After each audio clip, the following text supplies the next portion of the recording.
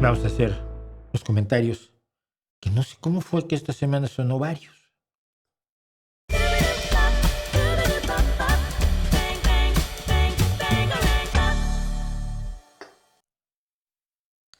Comentarios o varios. Esta es una sección que a mucha gente le gusta mucho y a otros les ofende muchísimo.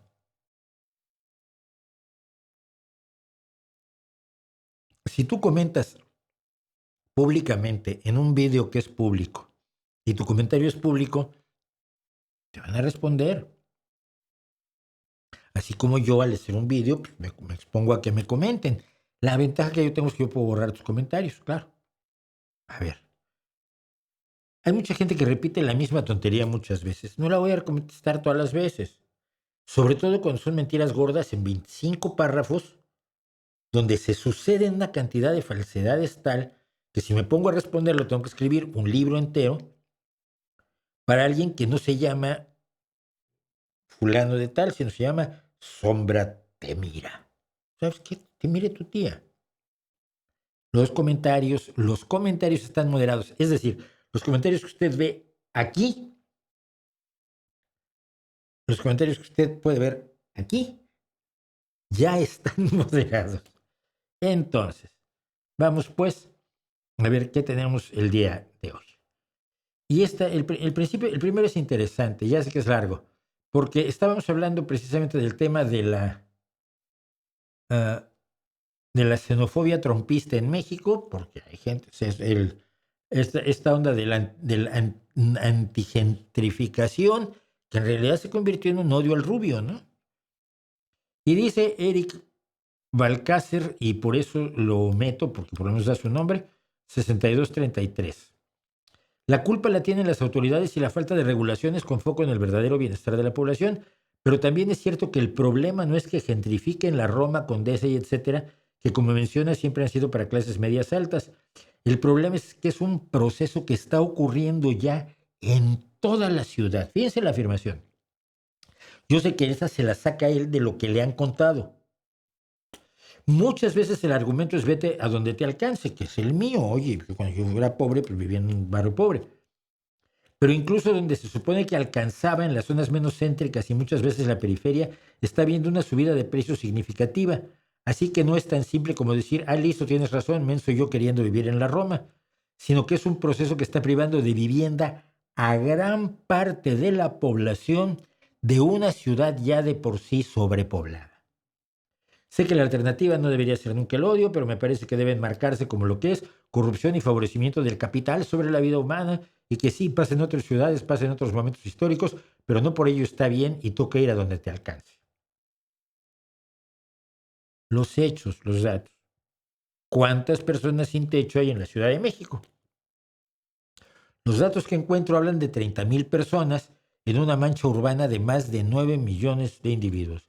Esto se traduce en un 0.0333% de la población, lo que se contradice con la afirmación de que se está privando de vivienda a gran parte de la población de esta ciudad, que es con lo que movilizaron a gente a ir a romperle la vitrina a una taquería de un mexicano porque hay un rubio que parece gringo, se está comiendo un taco y entonces aquí hay que odiarlos a todos. Y es la misma lógica con la que ahora destruyeron el Museo Universitario de Arte y quemaron libros. Porque quemar libros, sabes que es muy revolucionario y de la Cuarta Transformación. Y esas 30,000 personas son una tragedia sin duda. ¿Que el gobierno debería actuar como si fuera de izquierda, creando vivienda social? Claro que sí. Pero que eso justifique la alarma social, los vidrios rotos, la xenofobia, el odio, la destrucción de empresas de mexicanos, como sugieres tú, pues no. Y dice, Keltenbach, ¿cómo podría yo saber algo sobre los científicos? No conozco ninguno y no he interactuado con ninguno. Yo voy al supermercado y compro cosas ahí, por eso creo que existen. El aire no lo puedo ver, pero interactúo con él, lo respiro, existe. Así es de sencillo, todo aquello con lo que podéis interactuar existe. Podéis interactuar con los científicos, podéis interactuar con Michio Kaku, Avi Loeb, además elegiste a dos que son para echarles de comer aparte. Neil deGrasse Tyson, que por lo menos es persona decente, no. Pues ya tenéis la respuesta. Todo aquello con lo que podéis interactuar existe. No compliquéis más las cosas. Y entonces, ¿cómo? O sea, no puedes interactuar con un escritor y entonces sus libros no existen. Yo le digo, no.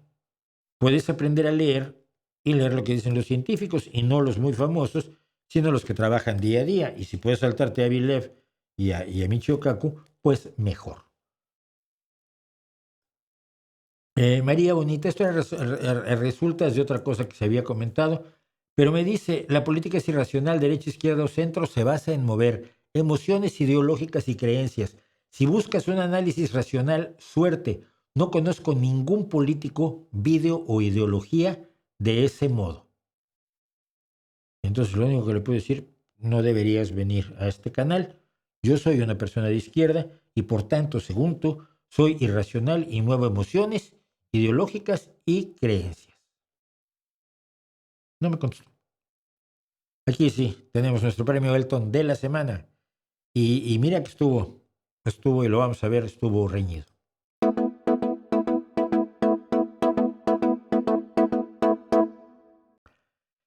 Sobre la muerte de Luby Torres, la cantante argentina que decidió no tratarse porque se iba a curar con el canto y que dijo que se había curado con el canto y estaba muy convencida de que se había curado hasta que murió, Fran García 7190 dice, si quieren morir, ¿quiénes somos nosotros para llevarles la contraria? Y lo único que le pude decir es, no seas miserable, no quería morir, ni mucho menos. Una persona que claramente quería vivir y estaba engañada. Laura Amparo Millán Delgado dice, ¿quién garantiza que con una quimioterapia u otro tratamiento médico no hubiera muerto antes? Espero no ser nominada al premio Elton. Está usted muy cerca de ser nominada al premio Elton porque la pregunta es insidiosa.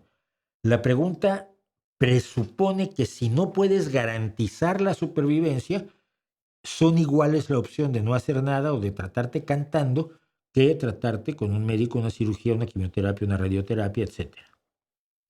Eso es insidioso y no es como se hacen las preguntas.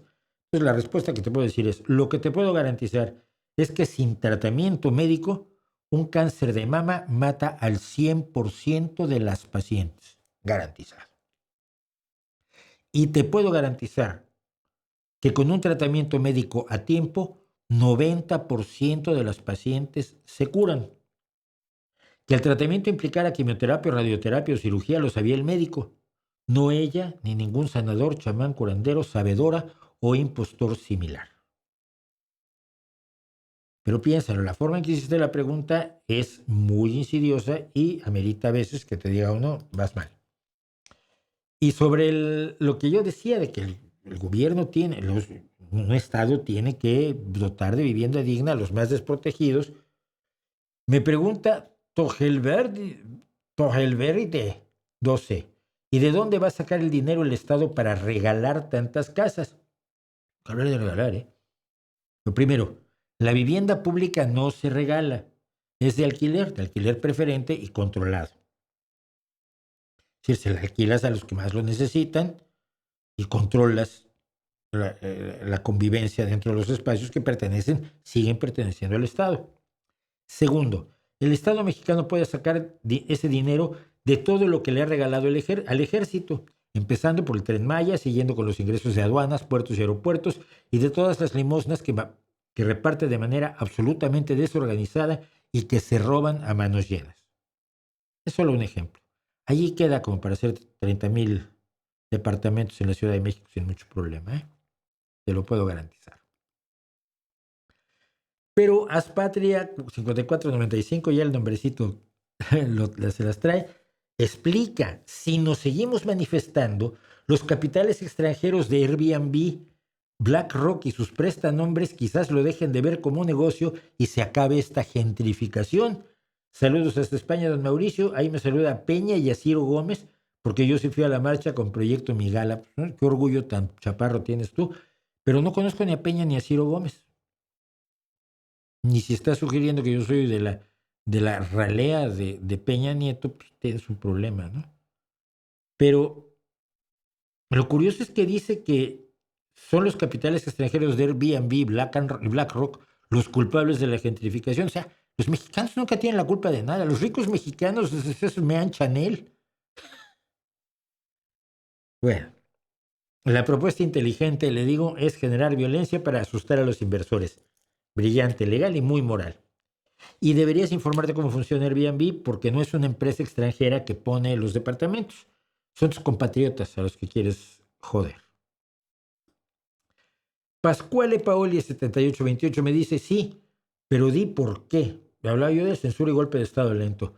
Usted es el único que vio muy bien que nunca fueron de izquierda, pero diga bien que si todo esto pasa es porque son de derecha, cosa que hace que si otros pelean con ellos, sea que son peleas entre la derecha, una del PRI-PAN y la otra de Morena. Y le digo, no tienen ideología alguna. Son autoritarios, populistas, corruptos y traidores.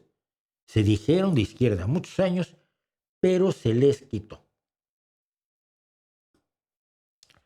Mr. Dinamo 161 dice, saludos Mauricio, ¿qué tan negativo o desaconsejable consideras que es para Latinoamérica se acerque o no a la OTAN en la coyuntura actual? La duda me surge a raíz de una reciente locución del presidente de mi país, Gustavo Petro, en la que manifestó su intención de que Colombia se desvincule completamente de la OTAN, argumentando una supuesta complicidad y apoyo a los crímenes de guerra de Netanyahu.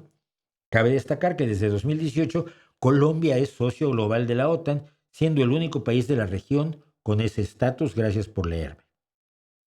Y bueno, me imagino que antes de eso, Petro ya rompió relaciones con Estados Unidos, ¿no? El gobierno de ese país, a diferencia de la OTAN, que es un organismo de defensa mutua, es demostrablemente cómplice de los crímenes de guerra de Netanyahu y lo apoya sin límites, tanto que recibió a Netanyahu hace una semana y Netanyahu tuvo los tompiates de proponer a Trump para el Premio Nobel de la Paz. Si Petro no rompió relaciones con Estados Unidos, su hipocresía merece cero atención. Es postureo. Es postureo y es apoyo a Putin, que ya algo que ya ha exhibido él, acusando a Ucrania de empezar la guerra, lo cual es una idea trompistamente idiota. Pizarrón Blanco me dice, burro. Ya se la debían saber. Y le contesté, veo la firma, pero no el comentario. A ver si luego puedes poner el comentario. Además, no es necesario firmar, pero pues, si quieres firmar está bien, pero pon el comentario. Germán M. ¿Cómo respondemos ante los turistas que exigen inglés? Claro, hombre, tienen que aprender. Si van a Noruega, noruego. Si van a Japón, japonés. Si van a México, pues español. ¿Cómo respondemos ante los turistas que exigen inglés, que expulsan a locales, que maltratan a la gente en lugares que visitan, que destruyen sitios históricos? Quizá en España se porten mejor, pero en México y Guatemala parecen estar por encima de la ley. Le explico, mira. Si quieres turistas tienes que hablar su idioma. Eso es de kinder. Si no los quieres, pues no los dejas entrar ya. Por lo demás, les respondes exactamente igual que ante tus conciudadanos que expulsan a otras personas, que maltratan a gente en lugares que visitan o que destruyen sitios históricos. No veo por qué los castigarías más por el delito de venir a dejar su dinero a tu ciudad. Ya hay leyes para eso. Ya hay leyes para eso.